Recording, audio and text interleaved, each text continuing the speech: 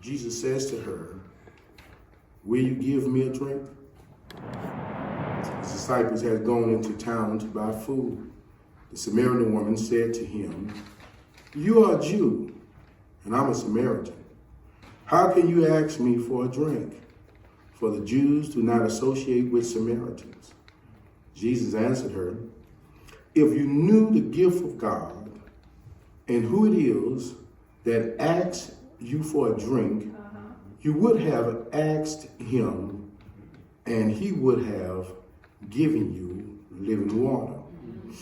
Sir, she says to him, you have nothing to draw with, and the well is deep. Where can you get this living water? Are you greater than our father Jacob, who gave us the well and drank from it?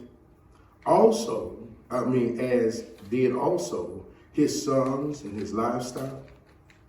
Jesus answers, everyone who drinks this water will thirst again. Yeah. But whosoever drinks the water I give them will never thirst. Indeed, the water I give them will become to them a living spring, welling up to eternal life. Woman said to him, sir, give me this water, so that I won't thirst and have to keep coming here to draw water. He told her, go, call your husband and come back. I have no husband, she replied. Jesus says unto her, you are right when you say you have no husband. The fact is, you have had 5 husbands, and the man you now have is not your husband. What you have just said is quite true. So the woman said, I see you are a prophet. Our ancestors worshiped on this mountain. But you, Jews, claim that the place where to worship, we must worship, is in Jerusalem. Woman, Jesus replied, believe me, the time is coming when you will worship the Father neither on this mountain nor in Jerusalem. You Samaritan worship what you do not know. We worship what we know, or what we know. For salvation is of the Jews, or from the Jews. Yet a time is coming, and have now come, when the true worshipers will worship the Father in spirit and in truth. For they are the kind of worshipers the Father seek. God is a spirit, and his worshipers must worship him in spirit and truth. Let me go ahead and finish this. The woman says, I know that Messiah called Christ is coming. When he comes, he will explain everything to us. Jesus declared, I, the one speaking to you, I am he. Verse 27 says, just then the disciples returned and were surprised to find him talking with a woman. But no one asked, what do you want? Or why are you talking with her? Then leaving her water jars, the woman went back to the town and said to the men, they said to the men, this said people, but actually the king would say the men, come see a man who told me everything I ever did. Could this be the Christ? Amen. I want to talk in terms of as this woman fight to change her narrative. I want to raise this question in here, and I thank Sister Randall for putting it out here in terms of laying it out in terms of surviving whatever you have experienced as a woman. And, you know, as much as endearing and much in terms of we're living in a time where there are many movements and there are many rights that has been given to a woman, but yet there's still some things that women deal with that really, you know, are some real stresses, strenuouses, things that constantly close doors. And though the ceiling has been broken, it still doesn't allow you the same equality that you want, even though there's some things, but then there's some demonic things that the enemy have fooled you into thinking it is about your womanhood and it really was about your God role, and have distorted and have made you believe that you have survived some things that you have not survived. Can I help you in this room? Can I really help you in this room? This woman is fighting to change her narrative. And true enough, at any point in this woman's life, she really could sing Gloria's Gaining song, I'm a Survivor. You know, but the real question is, you know, how you view in terms of what is survival. Because if you're coming out of the burning fire and you get out with your body, you survived the fire. But have you survived the experience? Are you scared to go in the house still? Do it matters in terms of when you see flames, how that affects you? Do it still tremor the memory or the tragedy or the trauma? Have it made you making a life an adjustment to where your life ain't normal the same because of the experience? Because many times we come out and we have our life. But our life been so male adjusted to where we're no longer functioning. Good to see your daughter. I see more people. Look, your life has been so male adjusted to where you're really not a survivor, Chase. You're really not a survivor. You're a victim. And just because you're alive and you can talk and you can tell it, doesn't mean that you survived it. Wow.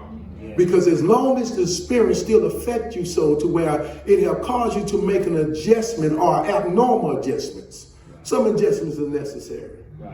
Because if you was in the fire and it was you who caused the fire because of your negligence in terms of handling fire, then Calvin, there ought to be an adjustment in terms of how I handle fire. But if you a survivor and you came out and you can't deal with fire in any contact, tell me you done got rid of your gas stove and now you need an electric stove because you can't stand to see flames, then there have been a male adjustment in your life, and your life no longer function in the normal. Matter of fact, it functions in the sub normal.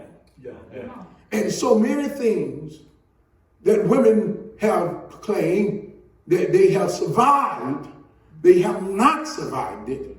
They have made male adjustments to their life, their lifestyle, their attitude, their perspective, how they view things, how they deal with God, how they deal with life experience. And so therefore, they come out on the other side and suggesting to you, I'm a survivor. Oh, that's good. That's good. You hitting it. You hitting it. Are you really? Are you really a survivor? Are you a victim that's still alive to testify or to live in the context of the enemy who wants to impose on you a male-adjusted life so that your life is not normal, so that you can create disciples that live and function like you, so you can raise sons and daughters that think like you, so that you can have created an atmosphere of people who lives like you, so that they can make life abnormal, and life is no longer happy, life no longer aligned with one another, but now we stand against each other, all because of some experience you had. In the hand that rocks the cradle creates more and cultivate more than the hand that provide for the cradle. Fathers, you can provide all the food you want, all the clothes you want, all the housing you want, but never underestimate the hand that rocks and care for the child, because the child does not realize how important your provision is. They only care in terms of how much your care have been. And so the first question that we come in terms of, let's see that the first narrative that this woman is fighting and it must need to be changed in Jesus' creation. And this is what I want to first say in terms of it. Because there are people who will come out and celebrate the woman and downplay the man role in helping her to get where she needed to go. See, you can't celebrate her success until you celebrate the fact that there was some man that was willing to go outside the context of the norm of everybody else and be part of her life experience. Matter of fact, sister, you cannot get there there without some man helping you get there. And man, you can't get there without some sister helping you get there. We've been created to help one another. And God has so aligned that you, man, you can't get everything you need from another man. And God forbid that you do. And woman, you can't get everything you need from another woman. And God forbid if you do.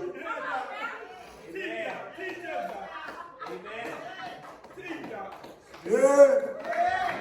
I told y'all I was just going to talk. Y'all sisters don't like when I do that. Okay. Yeah. He's coming out of his context. He doesn't have the same mindset of the culture that says, ignore a woman, she's not important. And men, we need to have that. I don't care what voice is voiced around you. Never underestimate the importance. Never devalue the importance of a woman. The next thing God gave you, other than worship and work, the next essential thing he gave you in your life was a woman.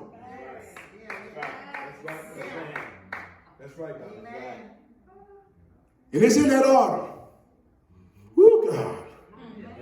He gave you worship first. That's him. He gave you work second. That's so that you can take care of when he sin brings up. And women don't never keep a man from working. Don't never get in the way of him working. Never get in the way of him worshiping. You need him to worship.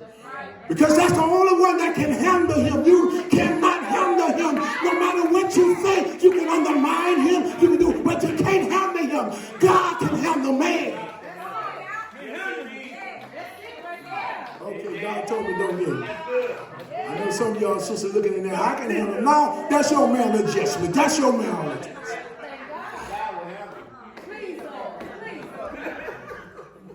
Make sure you keep your man in worship. If he don't come, then you pray him. You bring him in prayer. Then you make sure you work.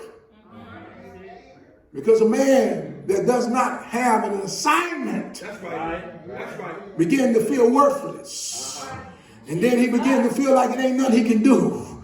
And then he feel like he needs to control you. And if you go out and do all the work while he sat there and he can't get done what he needs to get done, sooner or later he becomes frustrated. And it doesn't feel like the man he ought to be. And then he feel inadequate. And then he feel the other men around you. It's more important to do more. And so therefore he give you hell. And sometimes hell means he start hitting. I want me to give you real story. What y'all want me to do? He start hindering you. Because he know he ought to be working first. That's good.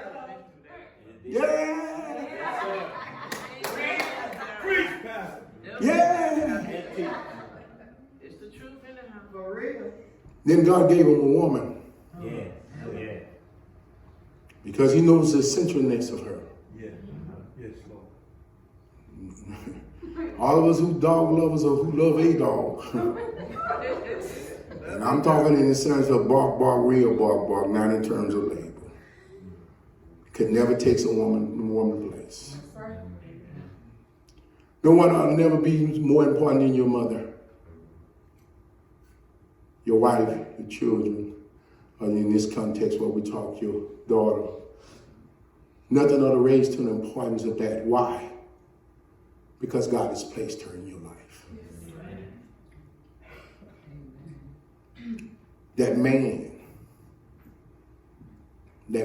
the same species that hurt her, God had sent one to heal her. Yeah.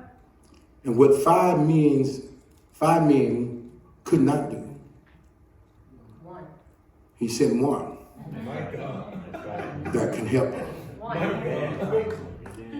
So here lies the truth about that. The power ain't in numbers. The power is in the who.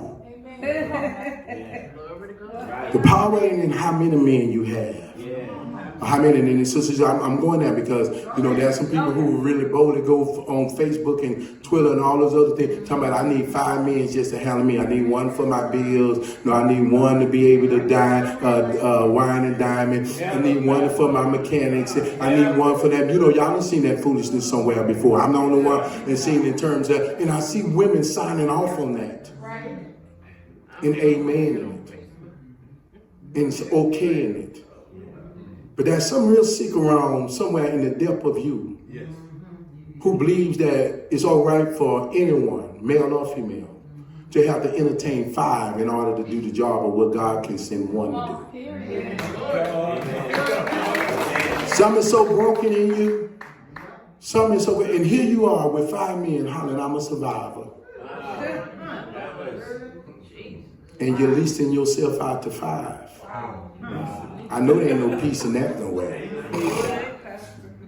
And Lord, I hate to see the 5 that is allowing you to have peace, because I'm going to give you hell if you just add one. Or a piece of one. Or the thought of one.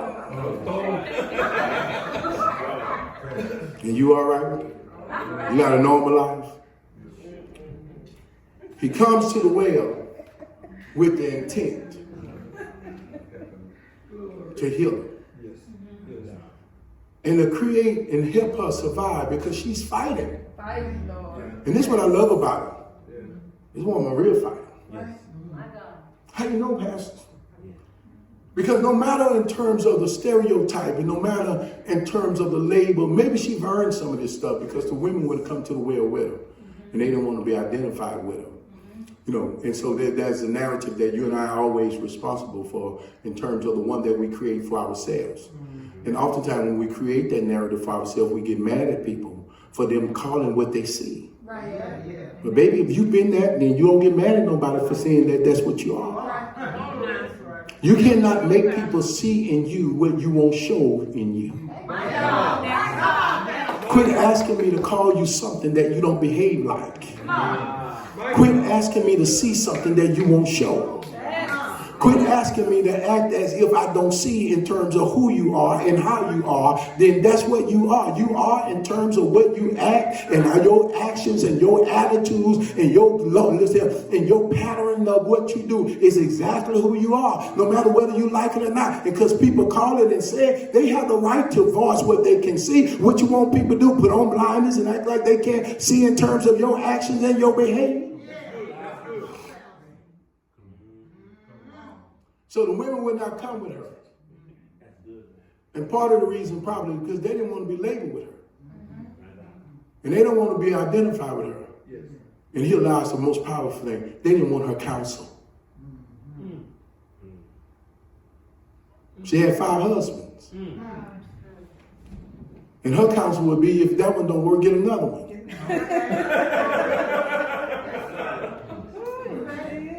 9 times out of 10, coming out of that, all those broken relationships, there's no good attitude or good, healthy advice that she can literally give to them.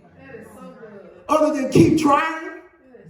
And this is what I love about her, because she doesn't give up a fight. She doesn't stop coming to the well because nobody else comes to the well with her. She still sees that her needs need to be met. She doesn't come to the well. She does not come to the well and provide for a family, even though this current man that she's living with and living, shall we call what they shacking with, won't even give her his last name. Matter of fact, it ain't even her husband. It might have been, in order for Jesus to say it ain't her husband, it meant it was somebody else's husband.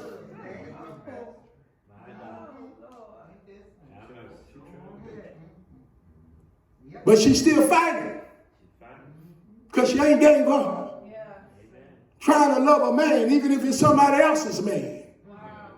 See, here lies the truth of the matter of this woman's story. She's trying to love a man, even when it's somebody else's man. And I don't know why that man ended up in that woman's bed. Maybe the woman that he was with did not appreciate him enough, so he found her.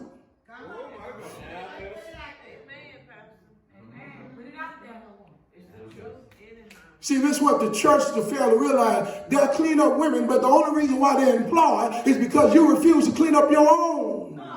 And take care of your own. And supply your own. And treat your right own. And baby, you can make somebody deny themselves of what they want and what they need because you want to control when you want to give it. Nobody like none of that, do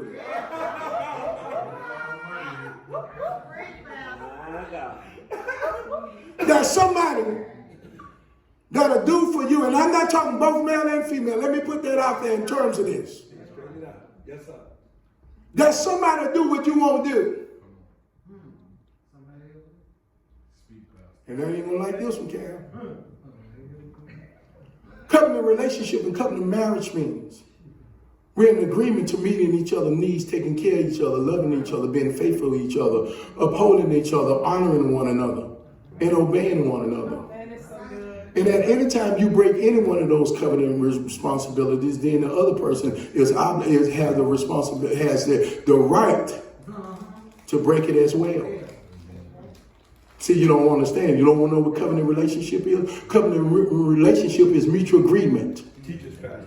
So in mutual agreement, I agree that in terms of I'm not going outside of this relationship ever because you have already provided and promised that you'll provide for me what I need inside this relationship. That's a mutual agreement. But at the time that you mutually no longer agree to provide me what you said, then there's a mutual agreement and understanding that if I don't get it here, I have to get it somewhere.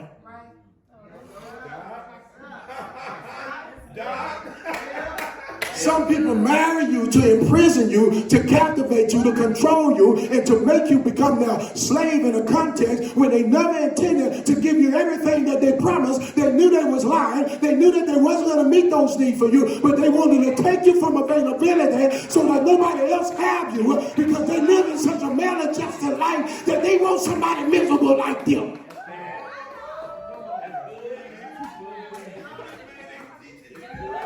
You never intended for me to be happy.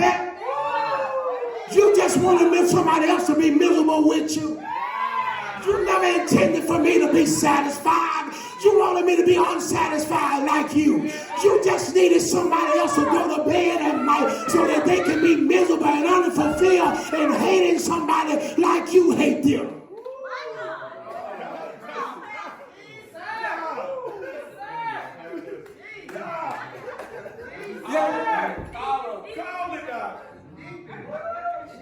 And so the woman comes to the well because she's a fighter and she's not willing to give up and she's not going to quit just because of what had happened to her. Thank God for every woman that never quit because of something that happened to you. No matter how young or how old, thank God for every woman that pushed past the pain. And when we get to the text, y'all rest in the text. It's a reality. Jesus. That the way that this thing is fixed is not by woman alone and not by man alone. Right. Jesus knows the right question to ask her in order to give. This woman is a giver. Yes. He knows she's a giver. He knows she's willing to share. So he asks her. He says, give me a drink of water. Now, on a normal day, any other time, she would give it because she's giving up more important things to men with no consequences or no real reservations. She didn't raise questions in terms of when men asked her too much to give. How you know, Pastor? Because if she did, if she asked questions, then she would have found out their resume and figured out that I don't need to marry her. She wasn't one of the women to do a bunch of questioning men. Why you want it? But this time it raises because of the social context. Right. That's right. This is not about male and female, the first issue. The first issue is social context. It's right there. You say, how you being a Jew asked me a Samaritan for something to drink? How you being a man asked me a woman because socially, publicly, we don't connect. Jews avoid us socially by going around. They know we're here. We know they exist. They know we're a race of people. But they avoid us and go around and go the whole other way, the same way your disciples went, so that they didn't have to connect with us. And Jesus says, give me a drink of water. She says, how are you going to ask me for a drink of water? Can I ask you real quick, have you survived the social rejection My God. as a woman? My God. I mean, in all honesty. See, have you really survived it? The social? Because let's tell the truth. As women, I want you to talk to me. I want the daughters to talk back to me. I want the wives and mothers to talk with me. The truth of the matter, there's a lot of stuff you will deal with and you'll tolerate if the social context wasn't there. I need to explain it a little bit. Yes. If people outside of your house didn't know some of the stuff that you dealt with, you would really be okay with it. And you would accept it. And you would deal with it. It's only when they get outside that context. Matter of fact, come on in here. Can we talk real talk? Both you and I have tolerated behavior from people that we have dealt with and we've adjusted to. And it's only when our family got it. I'm the only one that when your family talking about it. I don't know. It's only when somebody other than you knew about it. You see somebody that start putting the pressure on you to make these people not act and be who in terms of, well, matter of fact, you have gotten to a point where you already accepted and you kind of enjoy it. Okay. All right, I won't stay that long. See, most of us would deal with stuff and accept stuff if we didn't get on that Facebook and start looking in terms of what other women start talking about in terms of what their men doing, even though they ain't doing it. They just...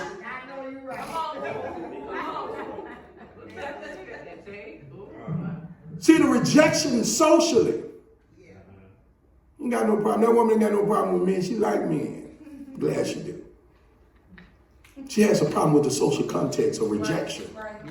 Or the fact that you say that we don't deal with it. Now, she ain't saying nothing about them women that have done it, but in this context, because it's social, it's a larger scale.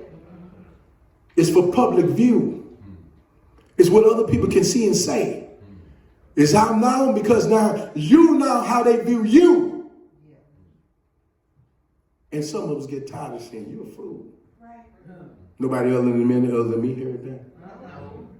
You know she gonna ruin you.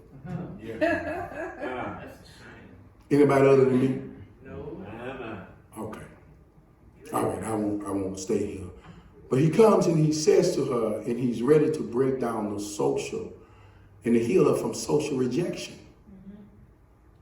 How do you do it? By showing up in the person of the person who says that they don't want nothing to do with you, to show up and say that to me who are a Jew, you are as important as any other Jew or any other woman. So I show up here regardless in terms of my culture and my race.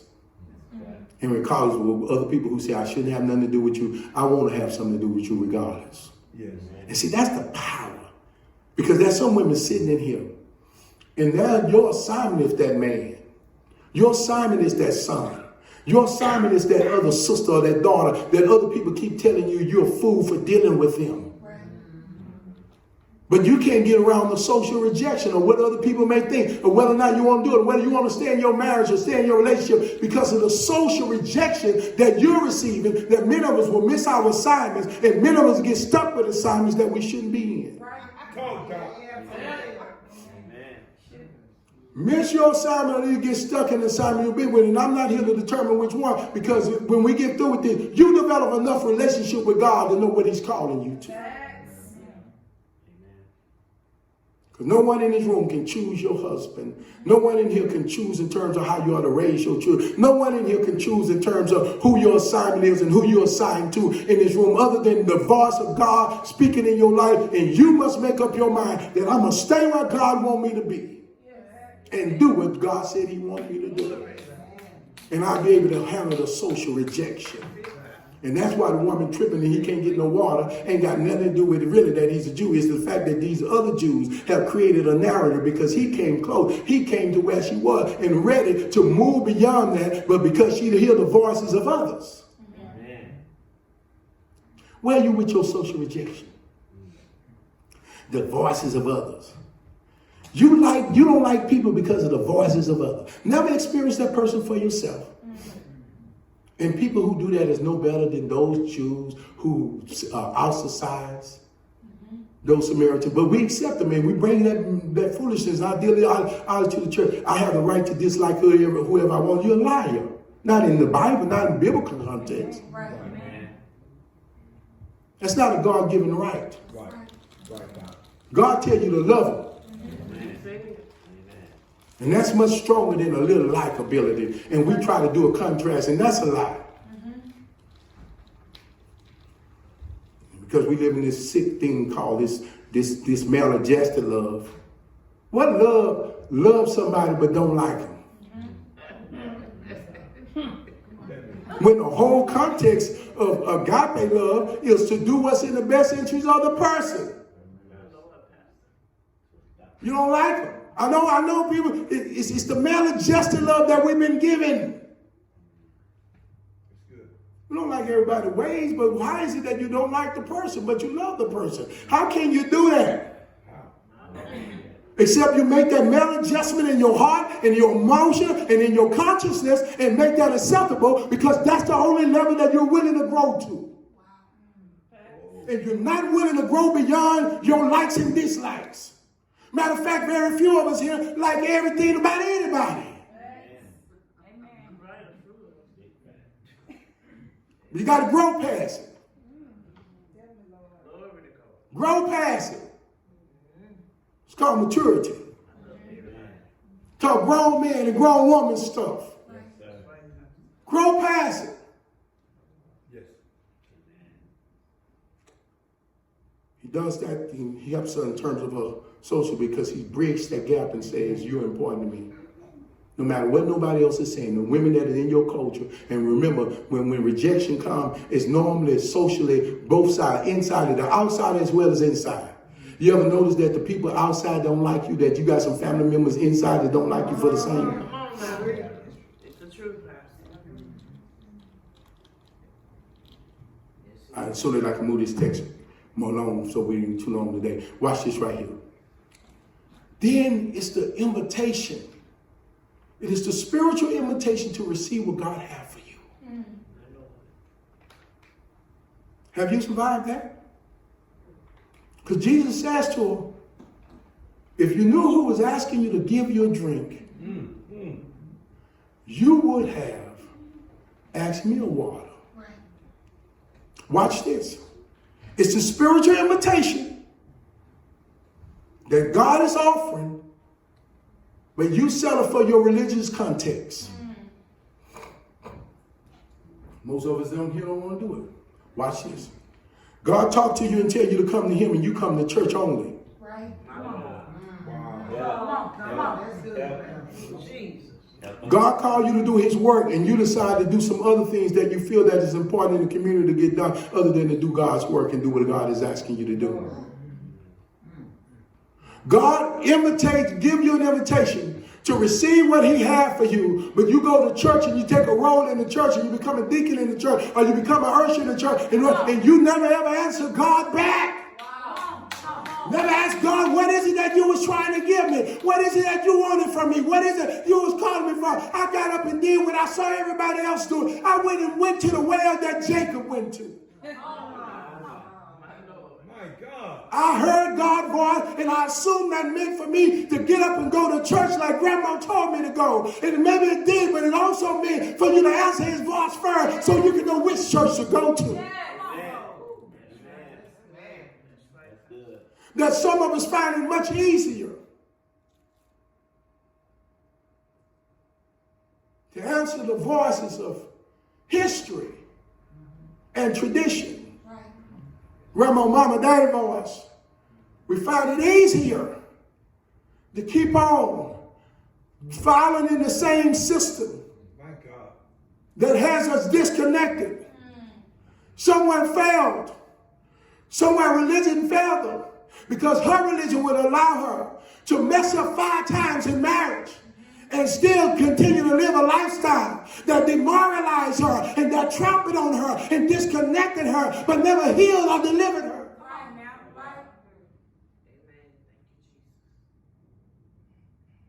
Somewhere her religion failed them. Yes. Because it would allow the other ones that was part of the same religion to go to the same church, that sit down and had the same worship experience in the same place. On Sunday they could gather with her, but on Monday when she went to go get the well, they wouldn't be with her. Something has failed. When the same people you can worship with during on Sunday, you can't talk with during the week, something has failed. The way you can love people for a couple of hours in the same setting and then hate them the rest of the week till you come back, something has failed.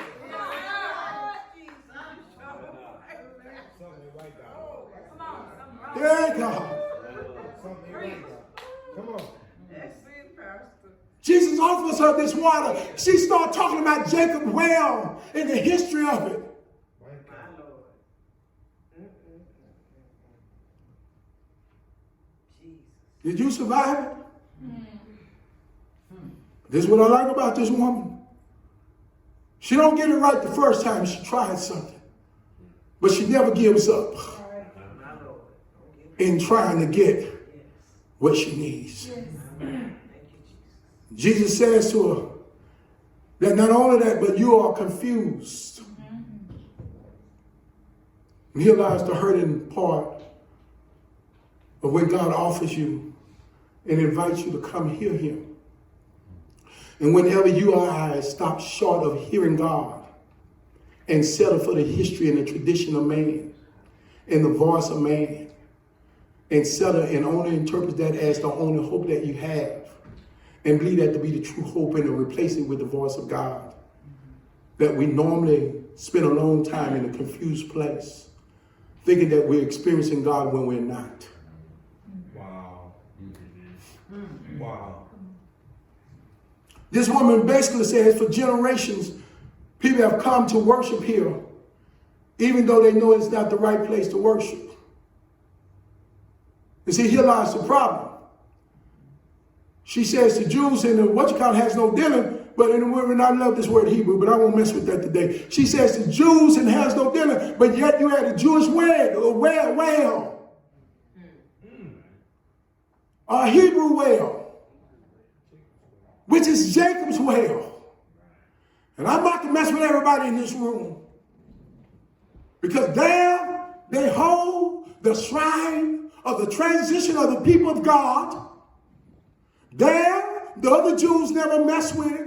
I know we get in trouble these days in terms of anti-Semiticness, but when I get to anti-Semiticness, I'm going to tell you just like Kyrie, some of that look like black people to me. And some of that is the historical experience of the black man. I don't care nothing about going off for nothing. I tell the truth nowhere, anywhere. The real experience, and if you want to do it, you need to stop running down this African inheritance, Ethiopian inheritance that comes out of a Hebrew experience, that creates a Hebrew experience. And if God meant that for Abraham, and the true matter of that, you know that there's Abraham's sons that looks like me. Come on now. I don't know who all is, but I know I am. And so then watch it. You're comfortable everywhere else, running us down, but you dare not run others. And that's because they own your bank. But don't forget we built your country. Here lies this. He sat there. She sits at Jacob's well. And that's where they worship. At the place where God changes names, where the places God changes people, where the place where the man that God gives grace to. And isn't it amazing how the Jews would give the grace experience to them and didn't realize how much they needed it. And Jesus says you worship and you don't know who. And they don't know because you disconnected them from being able to know, because you refuse to do an assignment or continue to teach every race and nation of people how to know God and experience God beyond your culture, beyond your religion. So let's talk truth in this room. God never intended himself to be with one nation experience. Never. He intended for others to teach them how to know him and experience him. And And if you don't believe it, look in the genealogy of his son. And you see every race and every kind of people in his gene. Because that is the intent of God, that he knew that man could not tamper with. And here lies the truth of it. He says to her, and she talks about their religion, and here it is, she's missing an opportunity for deliverance because she can't get deliverance because she's in the wrong place of worship, because she's in a place of religion. Come on now. But here lies the people who know him, refuse to go to them. What a great indictment. You know God, but we won't go help them. Wow. What a great indictment, because these Samaritans are those who are part of the Hebrew experience. But because of captivity, and here go a powerful point. I know I'm supposed to be doing this woman. Right, here lies a powerful experience. These Samaritans are held captive, taken captive, and forced to marry another Assyrian race. And because of the offspring of the Syrian race, now based upon the captivity that they've been doing because of the disobedience of both Israel and Judah, and because they are now a nation that has been tainted by another gene pool, now those that came out that had not been tainted have now said that we don't want nothing to do with them, even though your disobedience is the reason why and the results of what's being produced. That's like Eve saying, I don't want Cain nor Abel because I the one that sinned with the serpent. You the one sinned with the serpent, but now you want to reject the people that you produced with the serpent. And won't woman up and man up to take the responsibility that these people are in the predicament they are in because we was in the sin that we was in. And that's what most of us do whenever we live in seasons of sin. We try to disconnect ourselves from the reality of our past, the results of our past, and try to act as we have no responsibility to our past. But the devil is a lie. Judge Pastor ain't mean to do like that. I mean to be just as cool, calm, and collected as you are. Like, no, I say, okay. I'm going to be an intellectual and try to explain this thing just as come. But there are some things that just stir me out heart. That's good. Let me leave you alone as I can get to this. And Jesus says this, and again, he dislodged the religious context.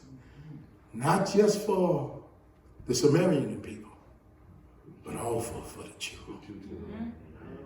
He dislodged the reality of the fact you don't know where to worship. You want to worship me, but you don't know me. And then he dislodged the reality of the people who think they can monopolize him and keep him in a religious circle, who can keep him in their church, who can keep them in their tradition, that can keep him in their history and not allow other folk to experience him. He said God is no longer looking at these people who want to monopolize him and to create traditions and lock him and trap him so that he can't get outside their tradition and force people into their tradition and force people into their culture and force people into their mindset. He said God is tired of that. And when God gets tired, he does something about it. And Jesus tells the woman, I ain't told everybody, but I'm telling you, that God is a spirit. Yeah, God. And they that worship him must worship him in spirit and in truth. He said the day coming when you won't find God over there in that temple. And you won't find God at this well. You're only finding where there's true worshipers. Woo, God. Yeah, the text says that it, not as if God is looking for you. The real rendition of the text is that God craves true worshipers. God said it doesn't matter whether you're on a mountain or whether you're in the temple, that if there's a crave in your heart to give me worship, then God is going to show up wherever there's a crave for him. Listen here, you want God to show up for you and wherever you are, you want God to get God attention, then crave him. You know what a crave is. A crave is when you get up in the middle of the night and you drive across town just to satisfy an appetite. A crave is that when you have to pull up your money and go in your piggy bank and break it so you can bank it, buy it even though you know that you're broke, but you got to have it so much.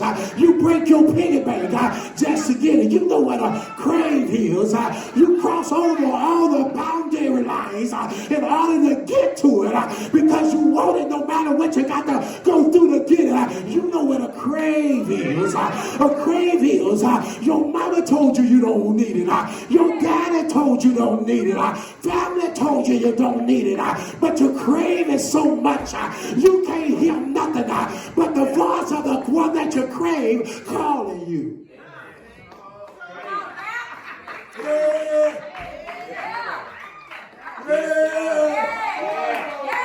This is what I love about God. This is what God knows about this woman. That she craved to have a complete life in spite of her mistakes. This is what I love about God. He knows what she craved, Cal, so he didn't offer her another man. He offered her a truth that'll set her free. Watch it. That's what I love about God. That woman was trying to feel, Pastor, what you preached this morning. That void that was down the inside of her. That 5 husbands couldn't feel. And I imagine those 5 husbands, somebody had everything she wanted. And listen, in between the 5, she probably, but none of it satisfied. Yeah. She's been looking for, I want to shout real loud in here. She's been looking for the one called Messiah. Woo, God. No. It's on a Richter scale. And the reason why he doesn't introduce in terms of Messiah as an option. No. He doesn't. She the one that says that I perceive that you're a prophet. Watch it. Then she removed that you know the day is coming when the Messiah. They come. Let me help you in this room. The only thing that keeps you in our hope, beyond our hurts, beyond our hindrance, beyond the things that we got habits and hang-ups about, is that there's a hope that a day is coming. When whatever I'm dealing with, I won't deal with it no more. Whatever I'm going through, won't have to go through it no more. Whatever is hurting me, won't hurt me no more. Whatever is hindering me, won't hinder me no more. There's a hope that he leaves. And therefore she said, I know Messiah is coming. She says, I know my deliverer is coming. Let me help you one more time to prove in the text. Now you know that the Messiah comes through the Hebrew lineage. And what they call Jews today, you know that this woman is a Samaritan. And she just rejected this Jew. But she was waiting on that Jew. Somebody in here just missed that in the room. She rejected this Jew. But she was waiting on that Jew.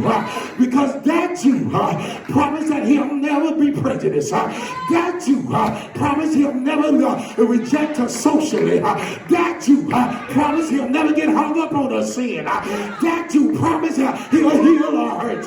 That Jew promised he'll never leave her or forsake her. That Jew promised he'll bring her out of the darkness into the marvelous light. That Jew promised he'll heal her, he'll save her, he'll deliver her, he'll bless her, he'll keep her, he'll change her. And so one Jew she rejected, but the other one she expected. And there's somebody in here, be whatever it is, I waited on that Jew. I waited on that Jew that'll hang on the cross, shed his sins, die for mine. I waited on that Jew that'll die for me, raised on the 3rd day. I waited on that Jew to return for me.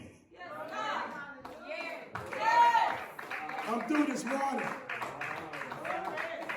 But I hear the woman. She's a real survivor. How you know, Pastor? Because she no longer allowed what hurt her My God. to make her make an adjustment. That's right. My God. That woman came out of there My God.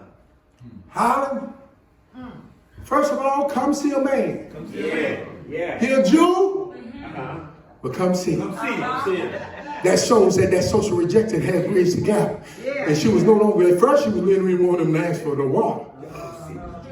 Now she's about to testify about his presence. You can tell that you're healed. Because whatever you hindered you before and kept at you before, now you're ready to embrace it and deal with it. Glory. Now she runs, and the scripture says, she runs and tells the men, The men. come see a man. Yeah. Woo! Woo! Yes, sir. You know she been told to shy away from the men. Yeah. You know she been told I don't want to catch you around the men. You know she told you ain't safe around no men.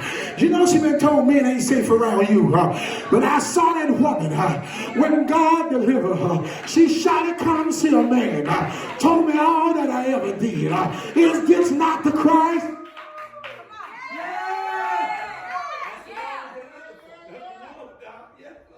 Can I help you? I don't stop there. Why? When she told them, the men start coming. Hey, yeah, that's good. That's good. The men start coming because they knew the salad that they knew wasn't the same salad that they had. Sister had something that she didn't have before. Yeah, they came, and when they got there, they recognized he got that power to change lives. And the Bible says that woman not only healed her, that woman not only got healing for her, that woman not only got healing for her house, that woman not only got delivered out of bad marriage, but she affected other people that was around her. They got saved, they got delivered, they came out, they turned it around. They did. You can tell when you survive, because survivors go get other folk and help them survive. You can tell when you survive, because survivors go get other folk out the fire, go get other people out of the cover. Survivors. I heard David say, restore me and I teach sinners your ways. Restore me and I bring the transgressor back.